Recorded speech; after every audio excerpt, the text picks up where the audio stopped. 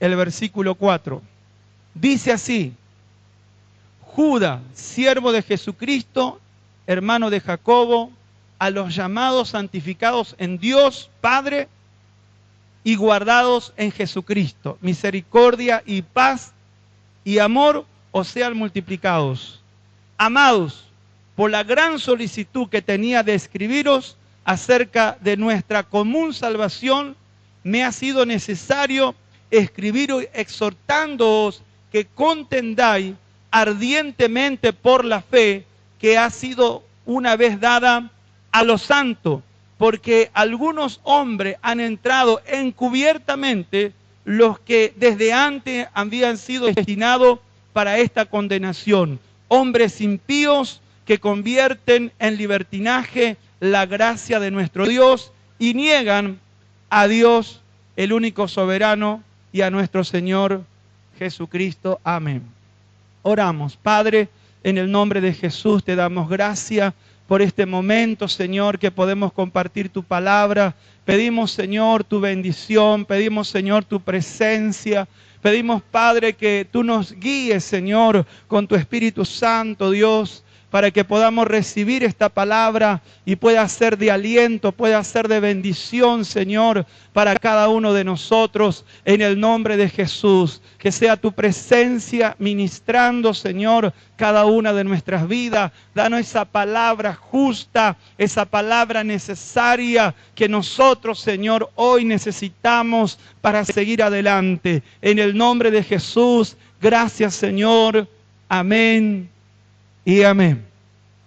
Gloria a Dios. El título del mensaje: contendiendo ardientemente por la fe. Diga conmigo: contendiendo ardientemente por la fe. Gloria al Señor. ¿Sabe que esta carta fue escrita en un contexto histórico donde habían aparecido personas impías, personas que no se habían convertido al Señor, personas religiosas que tenían apariencia de que conocían a Dios, que estaban allí como aparentemente se lo veía como cristianos, pero no eran cristianos, no eran personas convertidas. Entonces, esta gente traía argumentos para confundir, para desalentar, para tratar de hacerle volver a esos israelitas que habían creído en el Señor, hacerlo volver nuevamente al legalismo, volver nuevamente a la religión que ellos antes tenían. Y esos argumentos eran fuertes. Esos argumentos estaban como afectando la fe de los cristianos, estaba afectando la vida espiritual de esa iglesia. Amén. Esos son argumentos que nacen primeramente de una mente natural que no conoce a Dios. Entonces vienen esos argumentos. Y sabe, hermanos, que en este tiempo el enemigo también se levanta a traer argumentos. Argumentos a tu mente para que tú dejes las cosas de Dios, para que tú vayas menguando, para que decaigas en tu fe.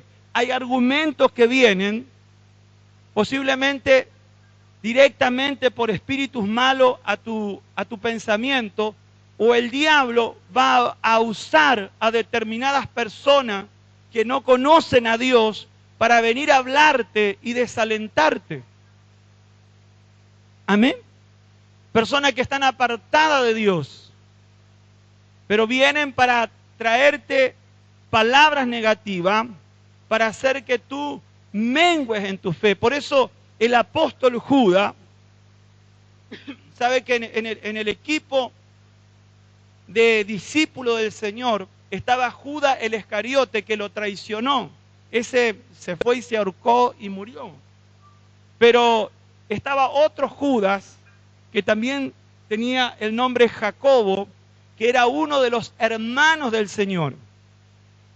Y este Judas, que era hermano del Señor, fue quien escribió esta carta.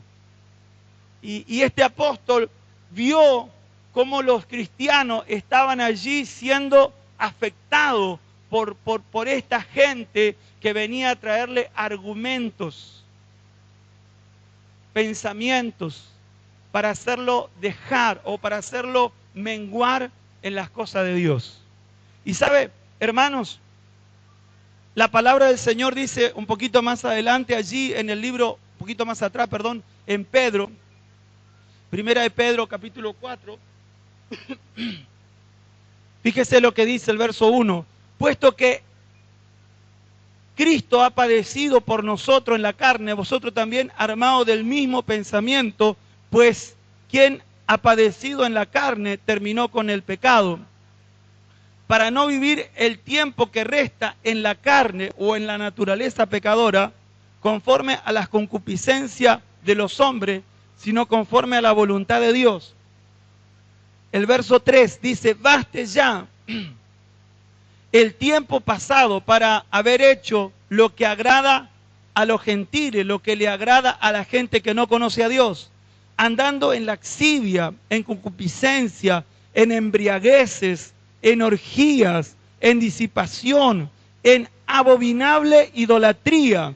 A esto les parece cosa extraña que vosotros no corráis con ello en el mismo desenfreno de disolución y os ultrajan, pero ellos darán cuenta al que está preparado para juzgar a los vivos y a los muertos.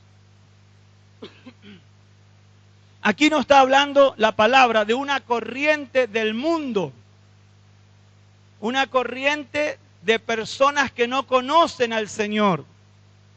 Y esa corriente es fuerte.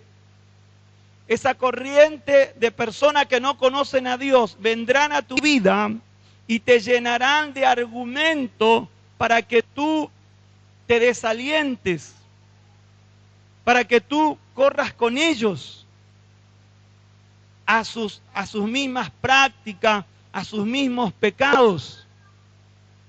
Amén. Pero dice la palabra que baste ya el tiempo pasado. ¿De qué tiempo me está hablando? Del tiempo cuando yo no conocía a Dios, del tiempo cuando yo no le entregué mi vida a Cristo. De ese tiempo está hablando. Baste ya ese tiempo para haber seguido esa corriente. Ahora nosotros tenemos que ir contra esa corriente. Amén. Llevando una vida distinta. Una vida que agrade a Dios y no tratar de agradar a las personas que no conocen a Dios. Porque a ellos les parece extraño, dice, ¿cómo no venís con nosotros? ¿Cómo no venís a esta fiesta? ¿Cómo no haces esto? ¿Cómo no te vas a la procesión con la Virgencita? ¿Cómo no recibís la Virgencita en tu casa? ¿Cómo no te emborrachás con nosotros? Estamos en la fiesta. ¿Por qué no haces esto? Es el pensamiento de la persona que no conoce a Dios. Entonces, todos estos argumentos hacen que el creyente muchas veces tambalee.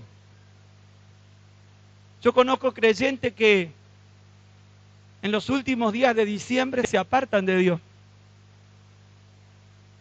y vuelven después de Año Nuevo. ¿Por qué? Porque quieren agradar a la gente que no conoce a Dios. Es más fuerte la influencia de amigos, de parentesco, de familia, que la palabra de Dios. Y el Señor dice, baste ya el tiempo pasado para hacer lo que a ellos le agradaba. Ahora, ustedes tienen que agradar a Dios. Ellos van a dar cuenta un día ante Dios, que va a juzgar a los vivos y a los muertos. Van a dar cuenta de sus hechos, van a dar cuenta de sus borracheras, de su idolatría, de sus orgías, de sus pecados. Van a dar cuenta ante Dios.